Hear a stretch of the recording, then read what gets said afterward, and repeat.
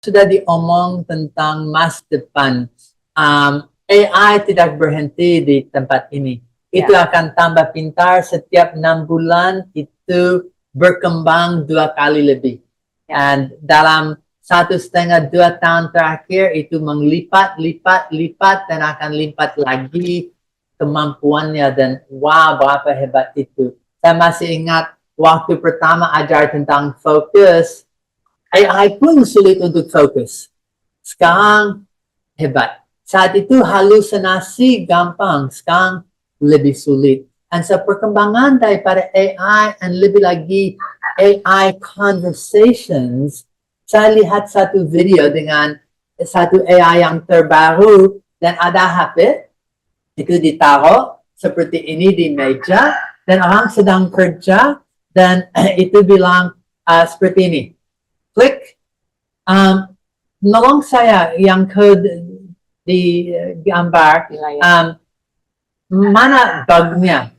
And so mereka sedang pakai visual lewat kamera, mereka sedang pakai computer screen dan suara, dan sedang ketik dan kerja dan tanya, fungsi ini dipakai kapan dengan cara apa? Atau saya perlu, and so interaksi antara orangnya, kerjanya, real time, verbal oral, itu seperti pair programming. Atau, and so saya lihat orang lain yang sedang ketik, Paris itu capital dari mana? Populasi berapa? Dan mereka masih sedang ketik, dan AI menjawab, dan mereka lanjut. Nah, itu jadi a verbal oral partner untuk kerja and conversation sekaligus. But the future of conversation, itu yang saya mau ngomong. Interaktivitas akan terus-menerus dikembangkan. Itu akan more natural, more real-time, lebih banyak jenis input, tidak hanya voice, tapi images, and itu akan jauh lebih menarik. And itu akan mengerti dynamic queries. Queries yang berdasar konteks, tapi berdasar image atau berdasar apa yang orang sedang kerja. And that hanya interaksinya akan multimodal, text, image, voice, itu akan dynamic query, berarti berdasar, itu akan tahu pertanyaan berdasar konteks, tapi akan ada dynamic dialogues. And dynamic dialogues itu berarti context aware. Seperti kalau saya pakai pronoun dia, atau itu, atau tadi. Dan weekend ini, waktu sedang latih orang untuk pakai fokus, saya lakukan sesuatu yang sedikit lucu.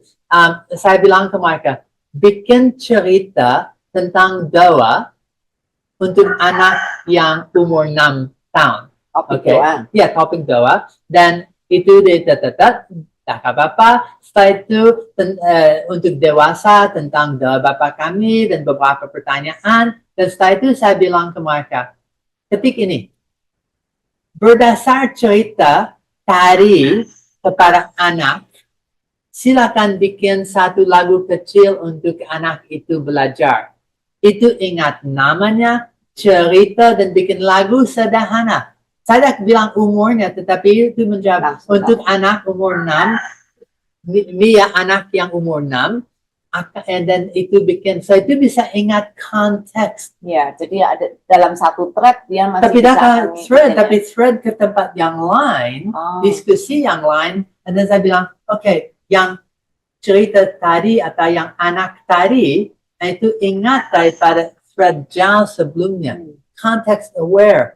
And so itu memungkinkan conversation bolak-balik, ngawur sedikit, and kembali. And itu bisa ingat tidak hanya daripada thread conversation ini, tapi kalau sudah login, sudah punya profile dan history, itu bisa ingat dari conversation sebelum. Itu tahu, you suka bahasa Indonesia. Itu tahu, you mau jawaban daripada Alkitab. Itu tahu, you suka bullet points dan tidak paragrafi. Itu tahu, you mau panjang atau pendek.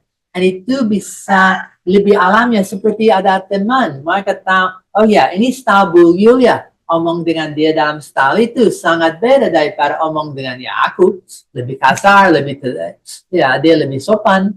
And so itu akan ingat dan omong sopan atau kasar tergantung itu.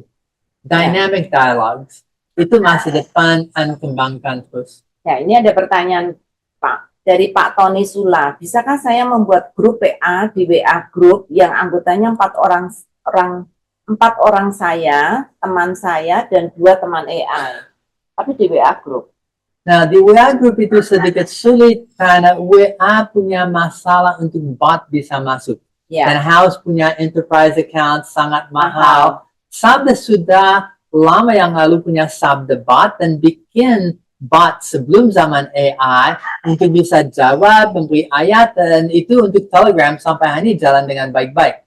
Tetapi untuk bikin seperti itu untuk WA sangat sulit. Ya. Kalau mau dibikin 100% secara maya di dalam AI, bisa. Tetapi menjembatani antara AI dengan yang WhatsApp sulit. Untuk Telegram, Sabda sudah punya prototype yang cukup lucu. Untuk Alkitab GPT bisa diakses lewat Telegram, and Sabda Bot juga bisa. So, yes, ada cara untuk AI dilibatkan di dalam satu WA group, tapi harus ada teknologi yang lebih, dan tadi saya bilang tentang ada berapa macam jenis prompting, salah satu itu API atau programmatic. Nah, itu lebih advance lagi ya, Lebih, Pak ya?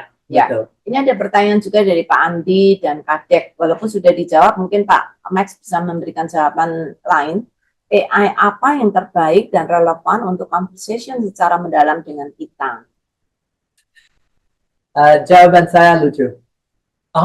Siapa yang terbaik? Well, orang yang di situ saat itu mungkin terbaik, tetapi saya harus bisa mulai dan conversation baik-baik dengan orang itu. Kalau saya sudah bisa menjelaskan pertanyaan, saya sudah bisa fondasi dasar dan topik dengan baik-baik dengan orang yang samping saya, sekarang saya bisa kepada orang yang lain dan mungkin lebih dalami atau menemukan orang yang paling tepat. Dengan AI, saya akan bilang skill conversation lebih penting daripada AI-nya. Kenapa? Saat ini hampir semua AI, terlalu advance, terlalu bisa, dan terlalu mampu. Kelemahan itu dari sisi kita untuk bisa interaksi dengan baik, belum dilatih, belum pengalaman, bukan dari sisi AI. Saya bisa dengan Gemini, Perplexity, Claude, saya bisa dengan OpenAI, saya bisa dengan Bing, dan saat ini semua itu lebih daripada itu. Tapi kalau mau latihan ngobrol, ada satu AI yang a lot of fun, Hi.AI. Karena? Ya, karena sangat ramah sekali dan dia memakai gaya bahasa, benar-benar gaya bahasa percakapan. Jadi sangat fun. Tapi sampai saat ini saya paling puas dengan ChatGPT, Pak. Ya, itu sudah pengalaman. Ya, karena udah banyak dilatih dengan untuk bahasa Indonesia dan kekristenan sudah banyak dilatih dengan Sabda.